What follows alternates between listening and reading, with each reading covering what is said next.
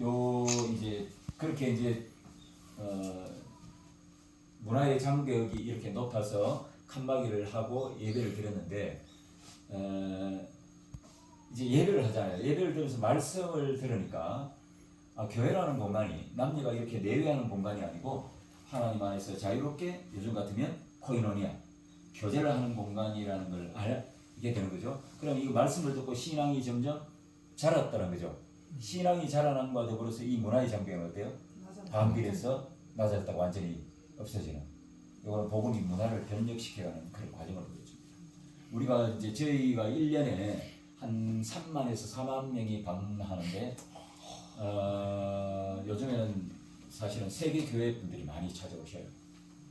그러면 아시아 조원에서 오시는 분들은 같은 유교 문화니 그러니까 제가 이걸 따로 설명을 하지 않아도 잘 알아요.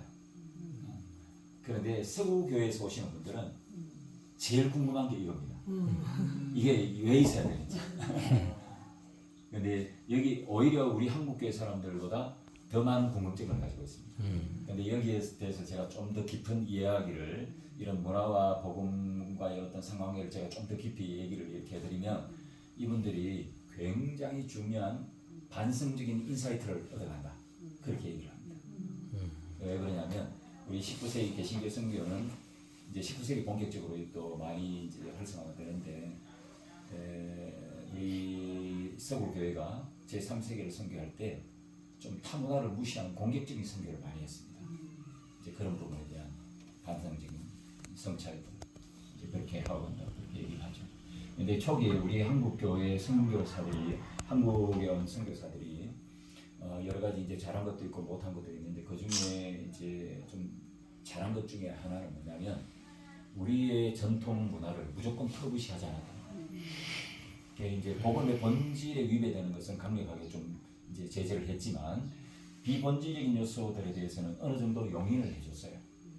그래서 바로 그런 것들이 그 중에 하나가 이런 것들입니다. 그래서 자연스럽게 아까 말씀드렸던 대로 이런 초기에는 이런 문화의 어떤 이런 부분을 어느 정도 용인을 하는 가운데서 예배를 드리죠. 말씀을 통해서 자연스럽게 이게 변화가 되어 갈 수 있도록 복음이 연착륙되어 가는 과정 속에서 이게 자연스럽게 변화가 되어 갈 수 있도록 그렇게 한 것은 우리 초기 선교사들이 이제 잘한 것 중에 하나라고 할 수가 있겠죠. 그 다음에 저 뒤에 있는 그래서 우리 이 넓은 예배당 그 지붕이 이제 우리 유교 되면 아주 중요한 또 역할을 하는데 여기가 북한군 사무실로 생겼습니다. 여러분 포항 전투 치열했죠, 그죠? 네.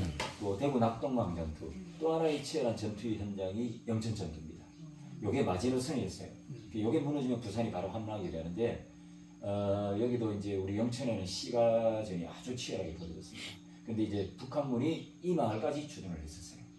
그래서 이제 미군들이 여기를 이제 집중적으로 비행기로 이제 폭격을 했는데 여기 폭탄이 떨어지면 안 되니까 당시에 우리 교회 교인들이 이 넓은 지붕면을 이용을 한 거예요.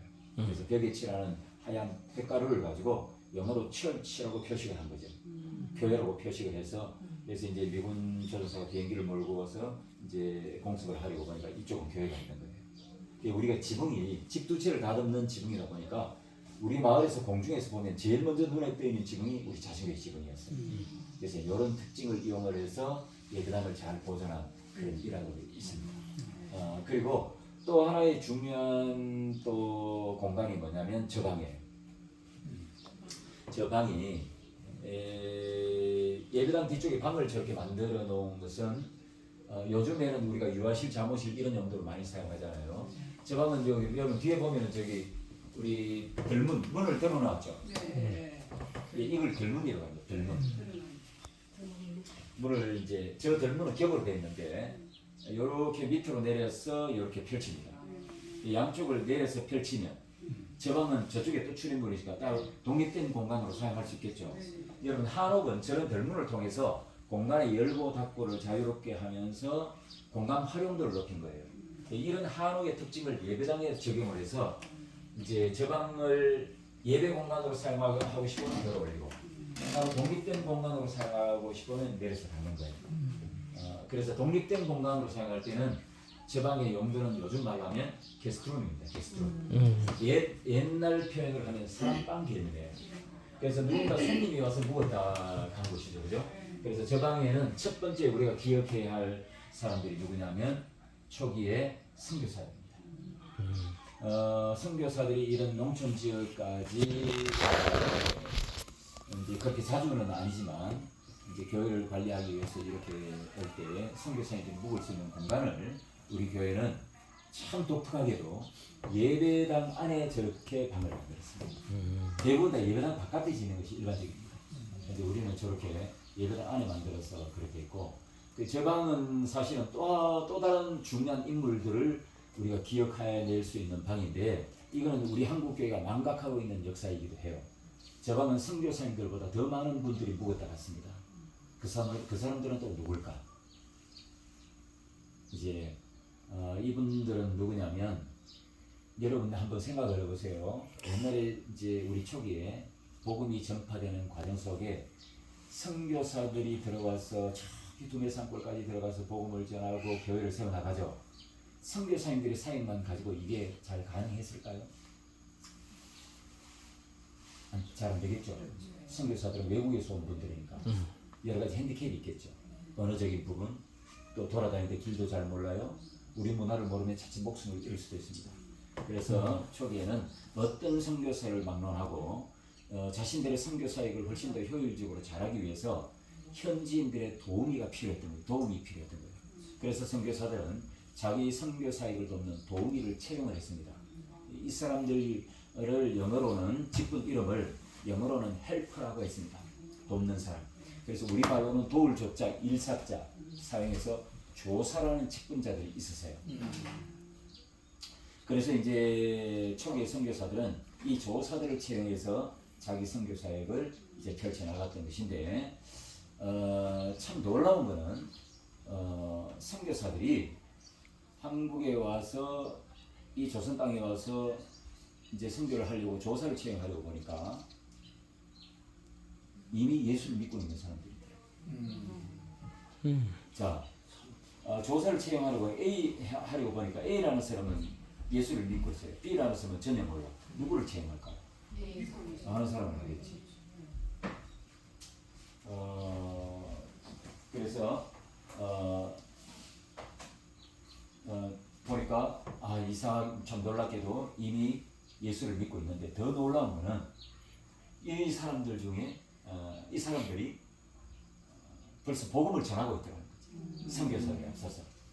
이 사람들은 또 누군가 하면, 이 사람들은 영어로 콜포트라고 하는 직분자들이었는데, 이 콜포트는 우리말로는 권서인 또는 매서인 이런 직분의 이름을 가졌습니다.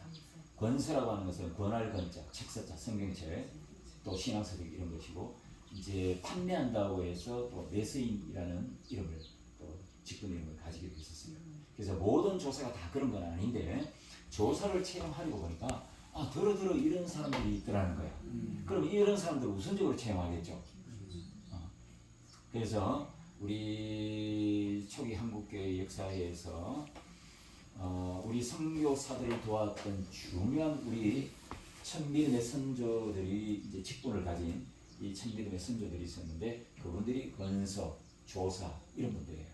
여러분, 권서는 제가 조금만 더 말씀을 드리면, 자, 저기 어떤 농촌 지역에 가서 한 사람에게 성경책을 팔려고 하면 그 당시에 기독교가 뭔지도 모르는데, 그 뭐 성경책 뭐 그것도 그냥 주는 게 아니고 사야 되는데, 그 살 사람 있겠습니까? 이 사람 뭐라고 해야 되겠죠. 내가 예수를 믿는 사람인데 예수를 믿어보니까 너무 좋던데 당신도 예수를 한번 알아보지 않겠습니까? 예수에 관한 이야기가 바로 이 책에 있습니다 하고 성경을 건네겠죠. 그럼 이거 뭐 하는 거죠? 그렇죠. 전도하는 거죠. 그래서 이 사람들을 문서 전도인이라 이렇게 이분들은 당시 이제 초기에 이런 역할만 또 한 것이 아니고, 나중에 3.1운동 당시가 되면 이분들은 돌아다니는 사람들이에요. 전국으로. 그래서 이분들이 아주 중요한 독립운동의 메신저 역할을 합니다. 그래서 우리 대구 경북 지역에 건설 활동을 하면서 독립운동의 메신저 역할을 했던 중요한 분이 한 분 계시는데, 이런 분들은 거의 누구죠? 배성환이라는 분이. 옛날에 YMCA 활동도 하시고 살아계세요. 돌아가셨지. 자, 제가 이제 이런 얘기를 하는 이유는 우리가 이제 한국교회가 초기 한국교회 역사를 이야기할 때 주로 선교사 중심으로 많이 교인들을 가르쳤습니다. 물론 선교사들에 대한 기억을 우리가 잘 해야 되지. 우리가 복음을 빚진 사람들인데, 그러나 하나님은 이 땅과 이 민족을 사랑해서 구원의 역사를 베풀어 가실 때에 선교사들만 중요하게 사용하신 것이 아니고 또 한 그룹의 중요한 사람들을 택하셔서 선교사를 돕게 하셨다. 이런 돕는 사역을 통해서 초기 한국교회가 빨리 기틀을 잡을 수 있도록 그렇게 하셨어요.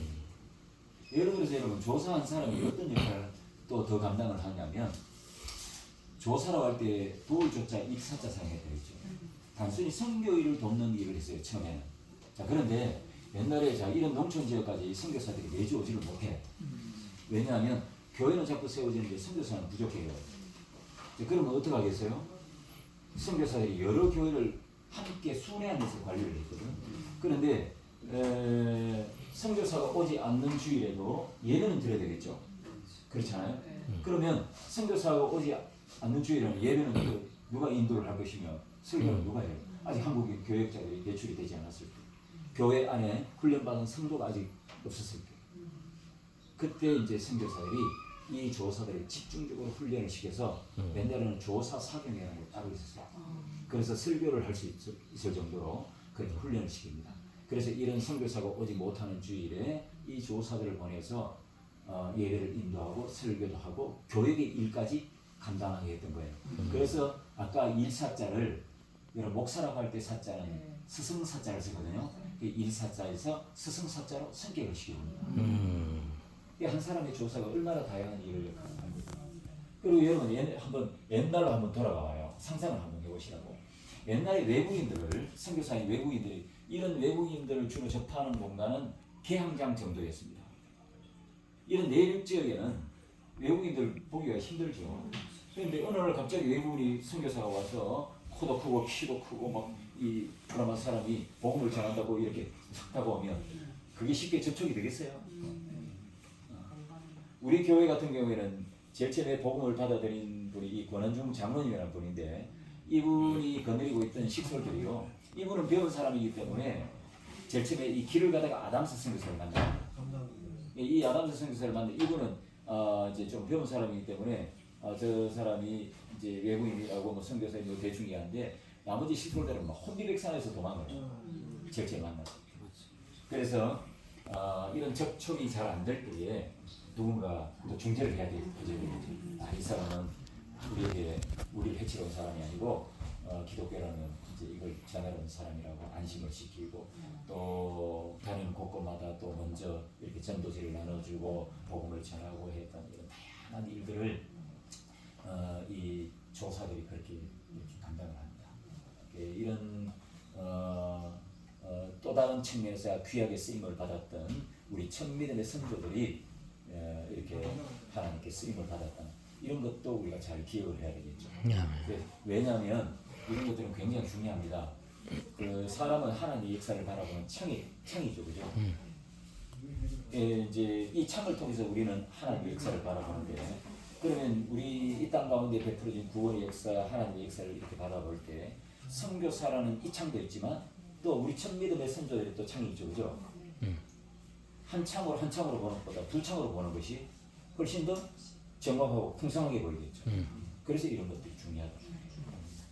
이런 부분들은 우리 성인들에게만 이렇게 가르칠 것이 아니고요, 우리 자라나는 우리 다음 세대를 책임질 우리 교회 양육받는 아이들을 가르쳐야 됩니다. 그게 왜 그러냐면 신앙은 전승이 되어야 됩니다. 우리 한국교회가 특별히 간과하고 있는 교회의 중요한 사명이 하나 더 있는데, 교회의 중요한 기능과 이제 5가지 5대 기능과 사명이 있다고 하죠, 그죠? 뭐 예배도 하고 전도도 하고 교육, 뭐 친교 봉사 이런 것들 있잖아요. 그런데 한 가지 빠진 게 있어요. 간과하고 있는 게 있다고. 그게 뭐냐면 하나님께서 특히 구약 성경을 통해서 누누이 강조해 주셨음에도 불구하고 우리가 놓치고 있는 게 있다. 하나님이 이스라엘 백성들과 함께한 하나님의 역사를 어떻게 해요? 다음 세대에 전해주라고 하죠. 아브라함만의 하나님 아니잖아요. 아브라함, 이삭의, 야곱의 하나님.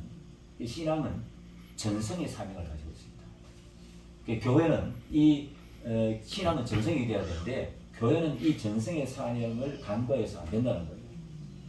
그런데 여러분 이 유형의 유산 하나가 남아있는 것이 어떤 의미가 있냐면, 그래서 여러분 제가 우리 교회를 자랑하려고 하는 게 아니고 우리 한국교회 미래를 생각을 해서 여러분들 교회뿐만이 아니고 우리 한국교회 전 한국교회에 속한 미래 세대들이 이런 신앙의 유형의 유산을 간직하고 있는 이런 현장에 자꾸 보내셔서 이런 교육을 시키셔야 된다고.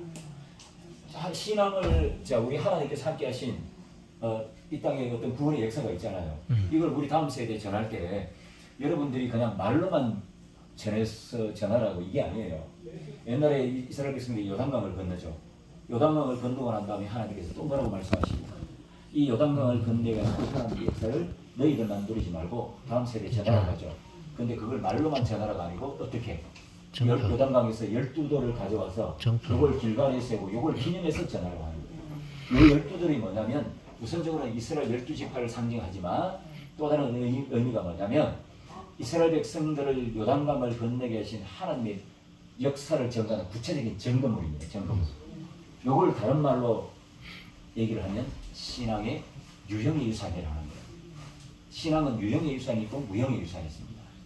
눈에 보이는 이런 유산을 가지고 얘기를 해주라는 거예요. 제가 예를 들어서 여러분들 교회 가서 옛날에 우리가 남녀 칠세 부동산 이런 것 때문에 이렇게 나눠서 얘기를 들으면 그냥 말로 하는 걸 하고, 이 현장에 와서 제가 따로 말 그렇게 하지 않아도 대부분 느낌이 다르잖아요. 그죠? 하나님의 역사가 훨씬 더 구체적으로 이렇게 증거가 될 수 있는. 이제 그래서 이런 유형의 유산 하나가 가지고 있는 의미가 굉장히 중요하다는 겁니다. 그런데 이게 우리 한국교회가 이런 유형의 유산을 언제 제일 많이 없애버렸을까요? 참 아이러니합니다. 우리 한국교회가 폭발적으로 성장할 때 7, 80년대 그때 이런 유형의 유산들을 많이 없애버렸습니다. 이런 게 유형의 유산이면 이런 것만 있는 게 아니고, 자 여러분 보십시오. 이게 100년 전에 나온 성경 공부 교재입니다. 이게 여기 보면 옛날에 성경, 그러면 옛날에 우리 신앙의 선배들의 성경 공부를 어떻게 했을까 라고 할 때 그냥 우리가 뭐 말로만 이렇게 해서는 구체적으로 와닿지 않죠. 여기 이런 거 한번 보십시오.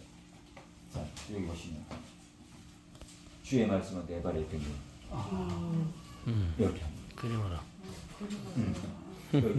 하나의 그림을 하죠.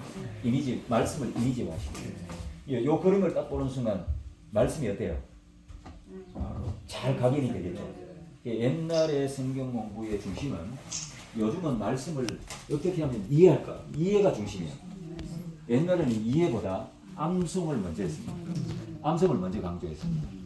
이 말씀을 암송을 해두면 이게 어떤 유익함이 있느냐면, 나중에 문제를 만났을 때, 여러 가지 인생의 문제를 만났을 때 기도를 하잖아요.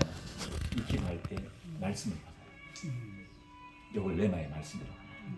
이게 굉장히 중요합니다. 이런 것도 제가 그냥 말로만 이렇게 하는 것보다 이 구체적으로 보니까 훨씬 더 와닿죠. 또 교회 안에는 이 말씀 교육만 있었던 게 아니고 우리 초기 한국교회는 독특한 또 하나의 교육이 있었습니다. 도덕을 가르쳤습니다. 도덕. 이거는 정말 중요한 교육이에요. 요거는 영육이고 요거는 덕육입니다. 제가 이제 요거를 이제 머리신앙을 하면 요건 제 편인데 요거는 몸신앙이에요. 몸신앙. 그래서 이 교육은 정말 중요합니다. 이거는 우리가 이제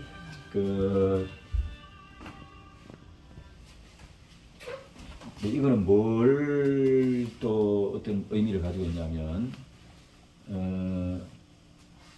우리가 그리스도인이니까 하나님 말씀을 믿잖아요. 이거 삼강오륜의 도덕을 말하는 게 아니고 하나님의 말씀을 믿으니까 말씀 안에서 어떤 성품과 인격을 가져야 되는지, 그리스도인이 가져야 할 교양과 예의 바름에 관한 공부예요. 중요할 거예요. 너무 중요하지.